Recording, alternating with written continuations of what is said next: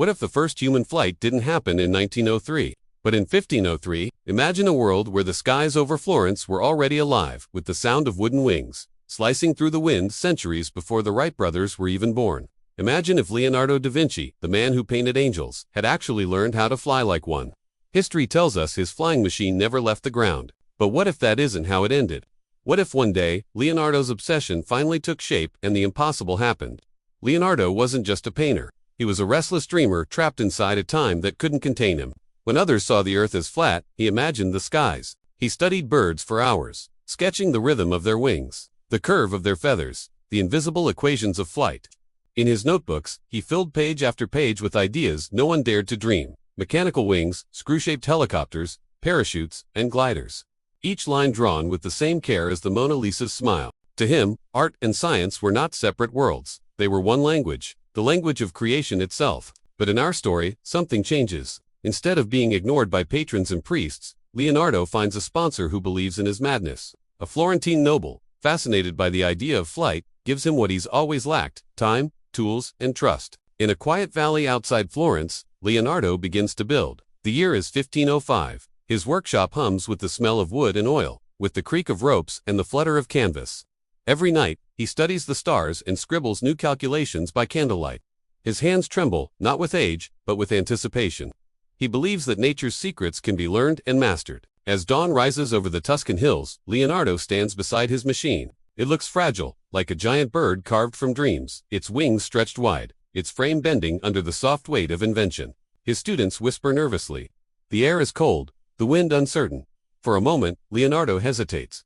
Then he climbs inside, grips the levers, and gives a small smile. Once you have tasted flight, he would one day write, you will forever walk the earth with your eyes turned skyward. And then he leaps. For a heartbeat, the world holds its breath. The wings shudder, the ropes tighten, and the wooden frame groans like a living creature resisting gravity's grip. Then, almost impossibly, the machine catches the wind. It rises first a few feet, then 10, then 30. The watchers gasp, clutching one another in disbelief. Above them, Leonardo da Vinci, the man who studied birds, who dreamed of flight, is no longer bound to earth. His wings stretch wide against the sunrise. And for the first time in human history, a man soars by the power of invention alone. He laughs. It is not the laughter of triumph, but of release, the joy of a prisoner who has found the door open at last. For a few precious minutes, he glides over the valley, feeling the air rush beneath him like a living tide. He adjusts the levers, turns slightly, dips, and rises again. Below, his students run across the fields, shouting his name. The people of Florence will talk about this day for generations, the day their artist touched the heavens. When Leonardo lands, he collapses to his knees, overwhelmed by what he has seen. The world feels different now, smaller somehow, as if the boundaries of human possibility have been redrawn in a single morning. Word spreads fast from Florence to Rome, from Rome to Paris, and across all of Europe. Scholars, kings, and engineers travel to witness the miracle machine. The church hesitates, unsure whether to condemn it as blasphemy or celebrate it as divine genius. Within months, imitation begins. Craftsmen build their own versions: gliders, air carriages, winged platforms. Every nation wants one. The age of the sky has begun. Leonardo, now more than an artist, becomes a living legend. He writes new manuscripts on air resistance, lift, and mechanics, theories that won't exist for another 300 years in our real timeline. He dreams of an era where cities connect through the clouds, where exploration is no longer confined by oceans or deserts. But even as he sketches his next designs, a shadow begins to stir. When one man learns to fly, another soon wonders what happens if flight is used for power. The secret no longer belongs to Leonardo alone. What began as a whisper in Florence becomes a roar across kingdoms. Monarchs send spies disguised as scholars to steal the blueprints. Merchants offer gold for fragments of his notes. The air, once untouched by man, becomes the next frontier of competition. And within years, the skies that once belonged only to birds now shimmer with crude, human-made wings. By 1520, engineers in France and Spain have built their own gliders, modeled after Leonardo's sketches. They are unstable, dangerous, and often fatal, yet none can resist the dream of flight. The Renaissance, once defined by art and sculpture, now turns its eyes upward. Painters depict flying men in church ceilings. Poets write sonnets to the age of wind. The invention that was meant to lift the human spirit begins to pull humanity into a new kind of ambition, to master the sky, to conquer it. Leonardo, now older and weary, watches it unfold with quiet awe and unease. He visits workshops where apprentices hammer metal frames instead of chiseling marble. He hears rumors of air scouts being trained by rival states and of the first aerial duels fought with spears from the clouds. They wish to own the heavens, he murmurs, but the sky belongs to no one. His invention has become a mirror reflecting humanity's hunger for progress and control. Within a century, cities like Venice and Milan fund aerial guilds, institutions devoted to perfecting flight. By the 1600s, sky towers rise across Europe, their platforms serving as takeoff points for wooden gliders and experimental airships. Maps expand faster than ever before. Explorers soar above mountains that no one has yet climbed. Trade routes open over stormy seas once feared by sailors. The earth shrinks, and humanity grows bold. Yet with every breakthrough, danger grows. Crashes become common. Entire workshops burn when experiments go wrong. Some call it the price of progress. Others whisper that Leonardo's machine was never meant to multiply, that it was a gift too great for humankind to wield so soon. The sky that once inspired wonder now trembles with fear.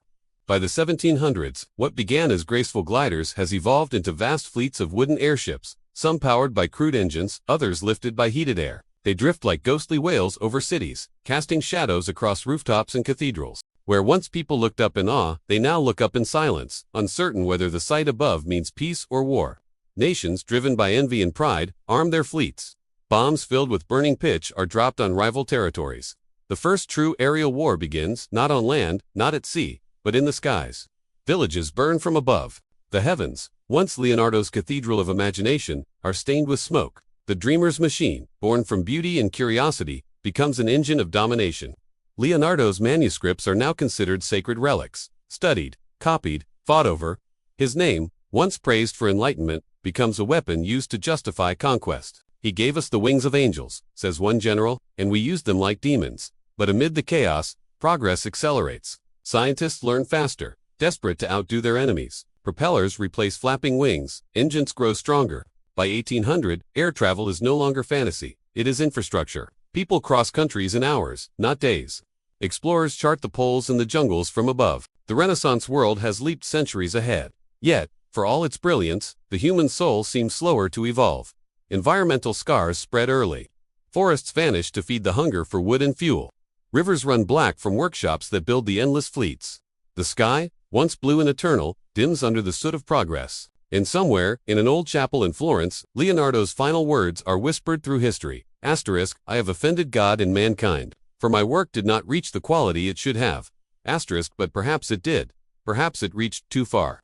Centuries pass, and flight becomes as ordinary as walking. Skies once filled with drifting airships now buzz with sleek metallic birds that roar with engines of fire. By the time the 19th century dawns, humanity has already conquered the air and hungers for more. Dreamers look beyond the clouds, imagining journeys to the stars. The Da Vinci legacy fuels them all. Scientists trace every flight, every discovery, back to that single morning in 1505 when a man dared to rise above the earth. But history, even in this altered timeline, remains a balance between wonder and warning. The same skies that carried artists and explorers now carry weapons capable of erasing cities. Progress has come early, but so has destruction. The Industrial Revolution, ignited by flight, devours the planet faster than ever before. Empires rise and collapse in decades instead of centuries. People live among machines yet feel further from the natural world than ever. Still, the spirit of curiosity refuses to die. In the late 1800s, scientists launched the first sky vessels beyond the atmosphere, fragile ships of brass and steam that brushed the edge of space. Humanity, once caged to Earth, now stands on the doorstep of the universe. And in every museum, in every textbook, one name glows brighter than all others. Leonardo da Vinci, the man who gave mankind the sky. Yet the question lingers, did he free us, or doom us? Perhaps both. His success changed not only the course of invention, but the rhythm of destiny itself. The Renaissance ended too soon. The modern age began too early, and humankind learned to fly before it learned to walk with wisdom. And so, as modern historians look up at the endless blue, they whisper his name with equal parts gratitude and regret. Leonardo, the dreamer who taught humanity to reach for the heavens, and reminded us that every dream powerful enough to lift us, can also bring us crashing down.